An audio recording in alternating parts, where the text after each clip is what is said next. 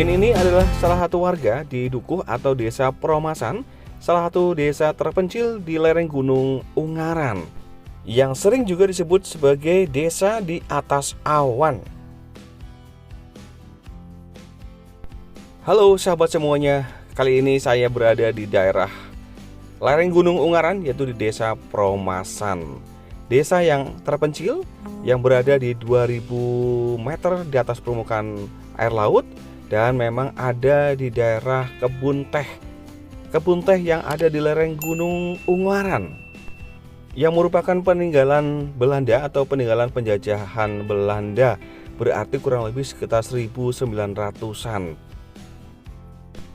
Dikutip dari Harian Semarang bahwa Desa Promasan adalah salah satu jalur pendakian Gunung Ungaran yang berada di Semarang, Jawa Tengah.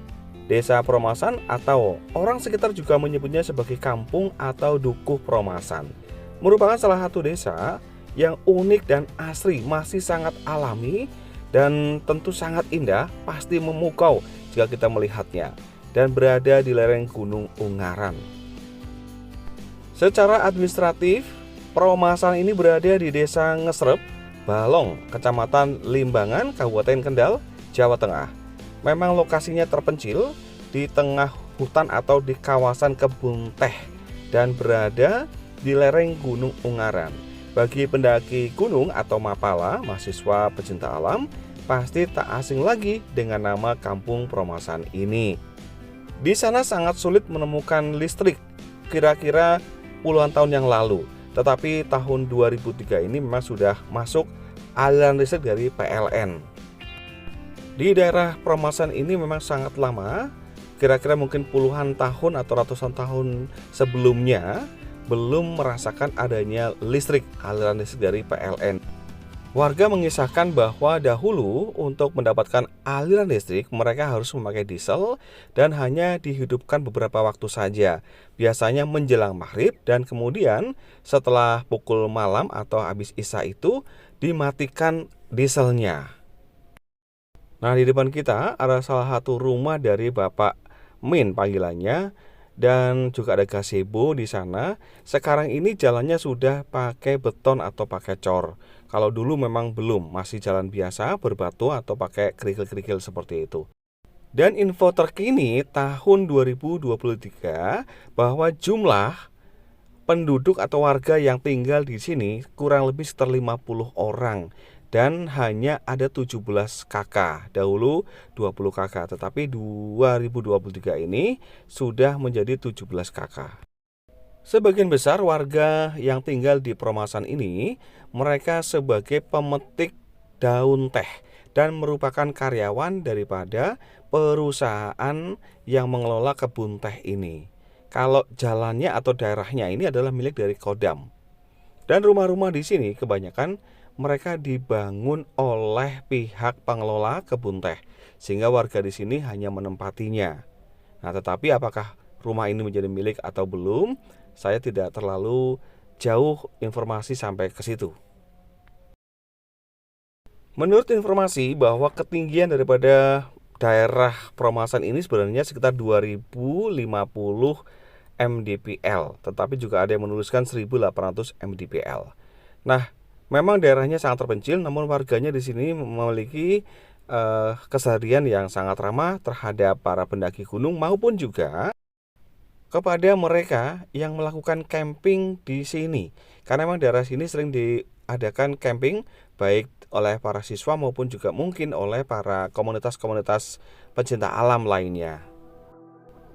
Nah, di sini Pak Min sebagai salah satu yang memiliki warung, ya baik warung kopi, kemudian menjual juga keperluan-keperluan hari-hari, masih sangatlah alami, tidak menggunakan kompor tapi memakai kayu untuk memasaknya.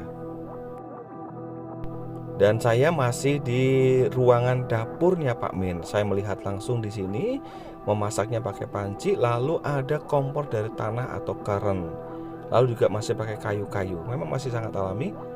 Di daerah sini memang belum lama baru ada listrik ya menurut warga di sini. Ya dahulu pakainya diesel atau katakanlah penerangannya dari diesel yang juga dinyalakan sangat terbatas waktunya.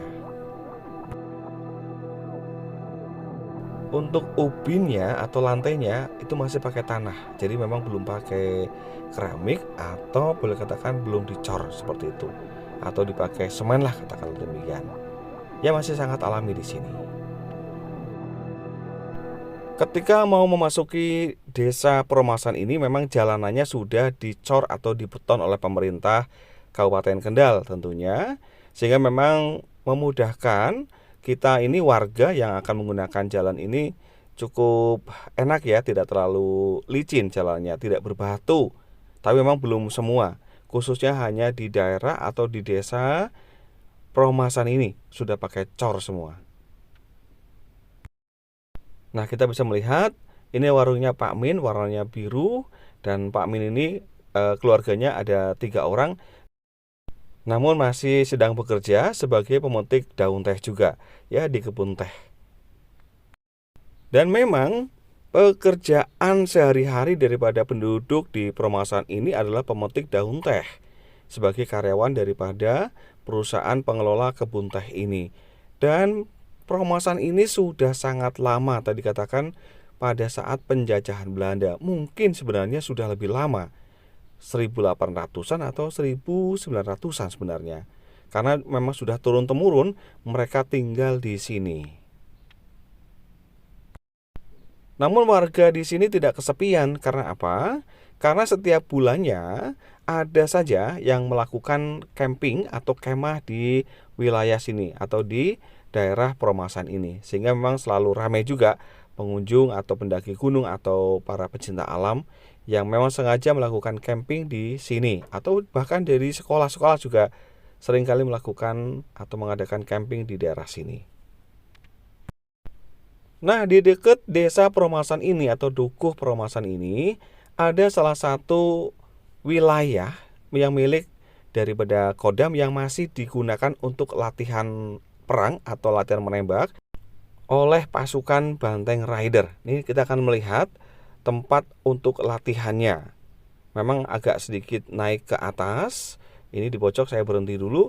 Lalu kemudian di sebelah kanan sana tempat untuk latihan menembak, latihan perang daripada Banteng Rider. Di sini ada tulisan puncak. Berarti kita mengambil arah ke kanan. Nah, tetapi saya tidak masuk terlalu dalam di sana. Memang semak belukarnya sangat tinggi-tinggi. Nah, kita bisa melihat, saya akan jalan kaki ke sana untuk melihat wilayah latihan, ya, latihan menembak, latihan perang, atau mungkin juga latihan yang lain, saya tidak tahu. Di situ tertulis tempatnya Banteng Rider. Nah, kalau kita melihat wilayahnya atau daerah latihan ini, kita bisa membayangkan ya, latihan mereka ada di dekat lereng Gunung Ungaran. Dan tentunya para kawan-kawan dari Banteng Rider atau Yonif Rider ini memiliki jiwa pejuang ya, sehingga memang untuk latihan pun sangat tinggi daerah pegunungan di sana. Dan ini tentu menjadi sebuah semangat atau visi sendiri bagi TNI ya, khususnya Banteng Rider di sini untuk berlatih dengan sungguh-sungguh untuk membela bangsa dan negara. Dan tentunya bagi masyarakat di daerah Dukuh Peromasan ini sudah tidak asing lagi dengan suara-suara latihan ya, mungkin suara tembakan. Ya, karena saya juga belum pernah mendengar latihan tembakan seperti apa. Nah, para sahabat, itulah tadi yang boleh saya share mengenai tempat Banteng Rider untuk melakukan latihan. Dan sekarang ini saya sedang berjalan menuju ke motor, di mana saya tadi bersama dengan teman saya ke sini ya. Dan kemudian saya akan melanjutkan perjalanan menuju ke tempat lain ya, atau di daerah Peromasan, tetapi untuk di titik yang berbeda. Yaitu saya akan meliput daripada Sendang Pengilon, Candi Peromasan, dan juga Goa Jepang. Nanti sahabat bisa melihat video-video saya untuk Goa Jepang dan juga Sendang Pengilon dan juga Candi Peromasan. Karena memang di daerah Peromasan ini ada peninggalan sejarah seperti Goa Jepang, Sendang Pengilon, dan juga Candi Peromasan. Inilah sekelumit cerita atau kisah daripada warga yang tinggal di Dukuh Peromasan ini. Dukuh yang sangat tinggi letaknya, di mana di lereng Gunung Ungaran. dan semoga hal ini menjadikan tambahan wawasan, tambahan ilmu, dan juga pengetahuan bagi sahabat semuanya. Terima kasih untuk atensinya, tetap semangat, tetap memiliki motivasi untuk menjalani kehidupan ini, dan sampai jumpa di video SAS Indonesia berikutnya. Mohon dukungan dengan subscribe dan klik lonceng untuk kemajuan SAS Indonesia. Selamat beraktivitas, sampai jumpa kembali.